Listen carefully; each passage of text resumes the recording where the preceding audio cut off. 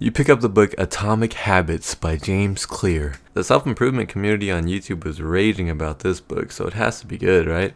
You flip through a couple pages, learn about creating systems instead of goals, and all of a sudden, god damn, this shit is fucking boring. You notice your eyes getting heavy, and the next thing you know, you wake up 2 hours later.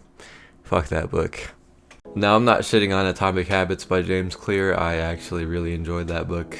But what I am shitting on is the way that we were taught to read growing up. You probably haven't read a book in a while. Why is that? Right? You might be saying, well, books are boring, and when I just sit down and read, it's just so boring. I get tired. I don't have the time to read. And I don't blame you at all. The way we were taught to read is fucking trash. In elementary school, how did we get taught to read?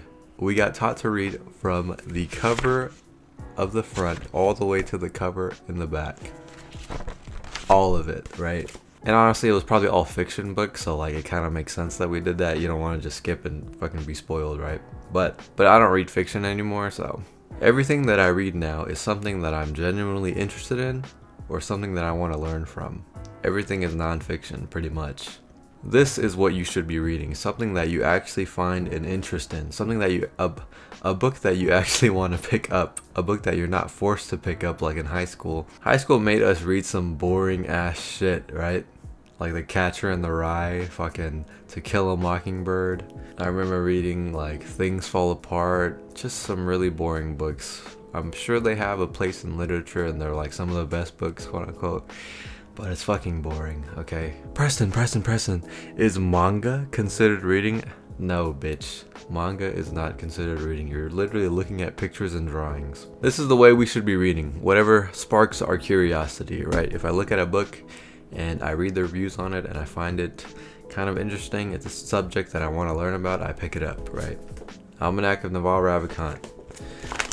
Good reviews, life lessons, and Naval Ravikant is an entrepreneur, someone that I might want to learn about, right? Way of the Superior Man.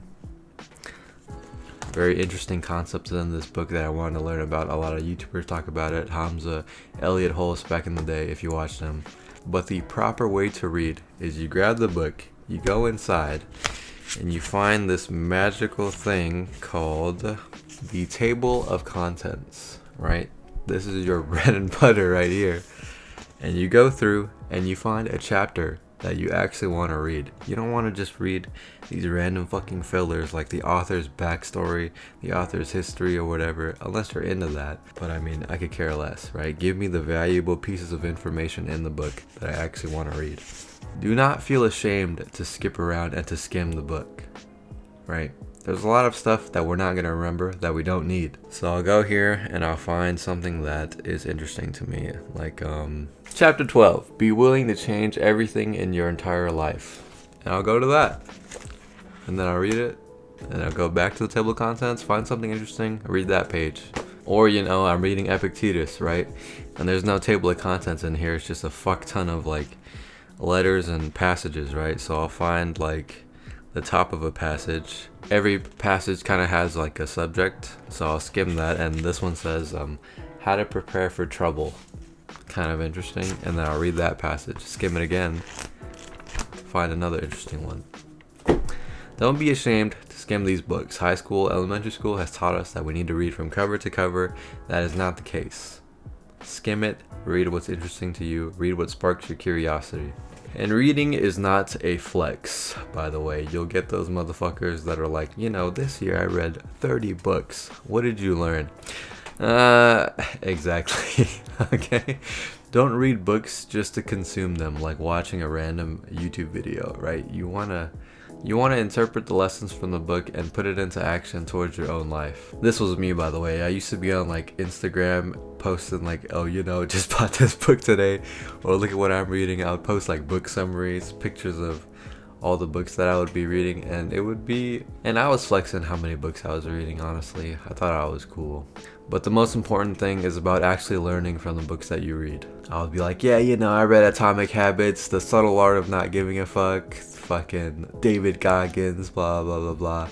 And I wouldn't even remember what I learned. So don't be like me. Pick up a book that you actually want to read, that you might actually enjoy. Skim it, Read a few pages. If you get bored, skip to something else. Do not read the book cover to cover. Okay, some of those parts are boring. Some of those parts you don't even need in your own life. Go to the valuable lessons. This is the proper way to read a book. I hope that helps you. Peace.